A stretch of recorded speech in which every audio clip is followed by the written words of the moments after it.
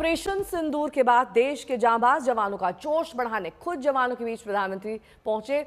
आज प्रधानमंत्री मोदी ने पंजाब के आदमपुर एयरबेस का दौरा किया। सुबह तकरीबन 7 बजे प्रधानमंत्री दिल्ली से रवाना हुए। आदमपुर एयरबेस में पीएम मोदी करीब 1 घंटे तक रुके।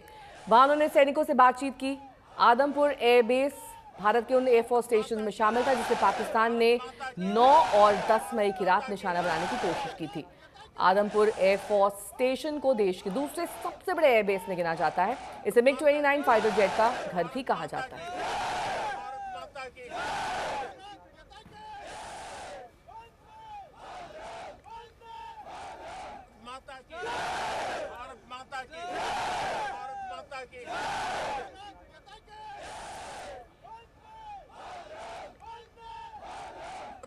ये जो आप लाल घेरे में दरअसल विमान देख रहे हैं, ये आदमपुर एयरबेस स्टेशन जिसके लिए जाना जाता है, MiG-29 का गढ़ ये कहा जाता है। यहाँ पर MiG-29 को लॉन्च किया जाता है और साथ ही S-400 के लिए भी ये एयरबेस है। आदमपुर एयरबेस देश का दूसरा सबसे बड़ा एयरबेस, जहाँ पर सुबह प्रधानमंत्री नरेंद्र मोदी की मौजूदगी। इसी के पीछे S-400 डिफेंस सिस्टम जिसने अहम भूमिका निभाई थी भारत पाकिस्तान के युद्ध में, और खास तौर पर MiG-29 का इस्तेमाल कई ऐसे मौकों पर किया गया है जहां पर हमने पाकिस्तान को धूल चटाई। माता की, भारत माता की, भारत माता की।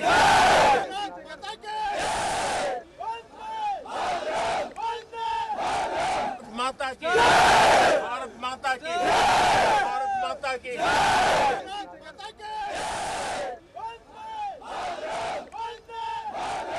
माता की, भारत माता की, भारत माता की।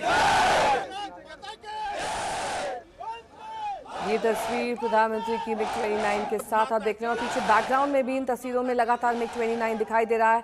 ये वो फाइटर जेट है जिसमें कई सालों तक भारत ने नाज किया है, गर्व किया है और अहम युद्धों में MiG-29 ने अहम भूमिका निभाई है।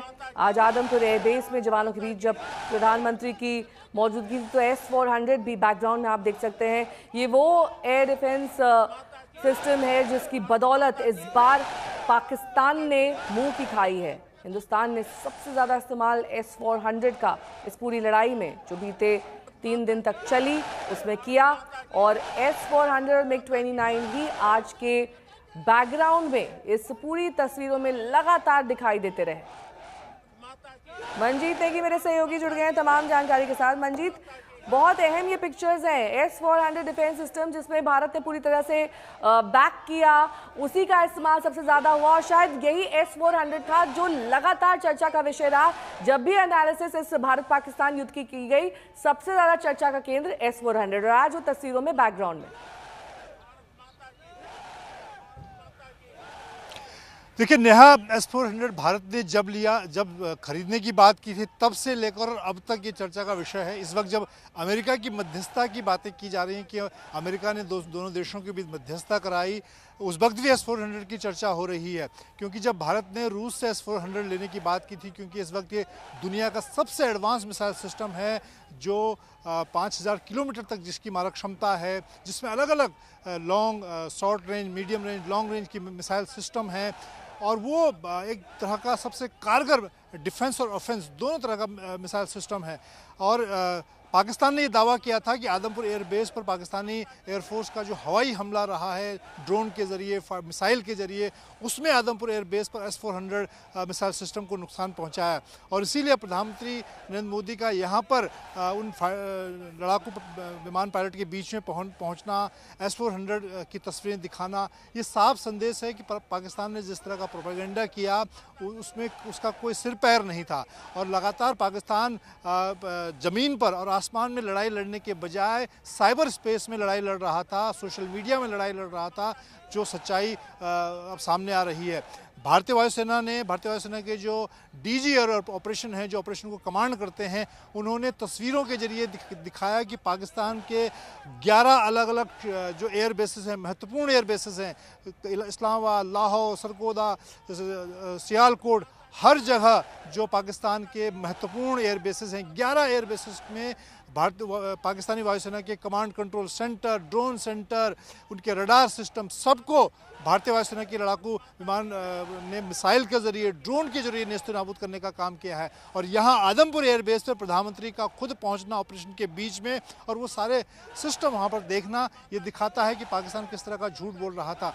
और पिछले 2 दिन से एक तरह से लोगों में भी ये इस तरह की बात घर कर रही थी कि शायद भारतीय सेनाओं की तरफ से उसका जो पूरा पराक्रम है वो सामने नहीं आ पा रहा है। लेकिन अब प्रधानमंत्री जिस तरह से एयर वॉरियर के बीच में पहुंचे हैं वो लोगों का हौसला बढ़ाने के लिए बहुत कारगर साबित होगा। ठीक है मंजीत, रोकूंगी आपको। हिमांशु का रुख करेंगे। हिमांशु, जो एनएसए और प्रधानमंत्री की बैठक चल रही थी, उस बैठक से क्या निकलकर सामने आया है और इस बात की कितनी संभावना है कि इस आदमपुर एयरबेस के बाद प्रधानमंत्री किसी और एयरबेस या सेना के बीच पहुंच सकते हैं? क्या संभावना है इस बात की? देखिए, अभी ये कहना बड़ा मुश्किल है कि प्रधानमंत्री नरेंद्र मोदी जो है आदमपुर एयरबेस पे आज होके आए तो किसी और एयरबेस पे जाएंगे या नहीं जाएंगे, क्योंकि ये चीज़ें प्रधानमंत्री नरेंद्र मोदी बड़ा गुप्त रखते हैं, सीक्रेसी मेंटेन करके रखते हैं। उसका सबसे बड़ा कारण ये है क्योंकि एक तो प्रधानमंत्री की सिक्योरिटी का इशू होता है और तमाम इस तरीके की चीज़ें जो हैं वो चौंकाने के लिए हमेशा प्रधानमंत्री नरेंद्र मोदी जो हैं वो करते हैं लोगों के लिए, क्योंकि उनको लगता है कि कुछ ऐसी यूनिक चीज़ करनी चाहिए, एक ऐसी तस्वीर पेश करनी चाहिए जिसका संदेश जो है वो कई जगह पर जाए। जैसे आज अगर वो आदमपुर एयरबेस गए हैं तो उन्होंने संदेश पाकिस्तान को भी दिया, विश्व के बड़ी बड़ी ताकतों को भी दिया कि भारत की सेना किस तरीके से जो है वो काम करती है, कैसे ऑपरेशंस को सक्सेस करती है, और अगर ऑपरेशन सक्सेस होता है तो उसका जश्न जो है खुद भारत के प्रधानमंत्री नरेंद्र मोदी जो है उनके साथ जाके मनाते हैं, उनसे बातचीत करते हैं, उनके एक्सपीरियंस को शेयर करते हैं और खुद अपने एक्सपीरियंस को जो है उनको बताते हैं। और साथ में एक चीज और मैं आपको बता दूं नेहा कि ऐसा बहुत कम देखने को मिलता है कि अगर मैंने पहले भी बताया कि बहुत लंबे समय से मैं जर्नलिज्म कर रहा हूं, तो मैंने ऐसी तस्वीरें बहुत कम देखी हैं। ऑफिशियली तौर पर प्रधानमंत्री जो है वो अधिकारियों से, सेना के जवानों से मुलाकात जरूर करते हो, लेकिन अनऑफिशियल तरीके से वहां जाना और मुलाकात करना, यानी ऑफिशियल अगर कोई कार्यक्रम नहीं है, उसके अलावा कभी ऐसी तस्वीरें देखने को बहुत कम मिली हैं कि प्रधानमंत्री कहीं गए हो और जवानों से मुलाकात की हो, उनसे बातचीत की हो, उनसे उनके एक्सपीरियंस के बारे में पूछा हो, अपने एक्सपीरियंस शेयर किए हो। ये चीजें देखने को कम मिलती है और प्रधानमंत्री नरेंद्र मोदी ये समय समय पर करते रहे हैं।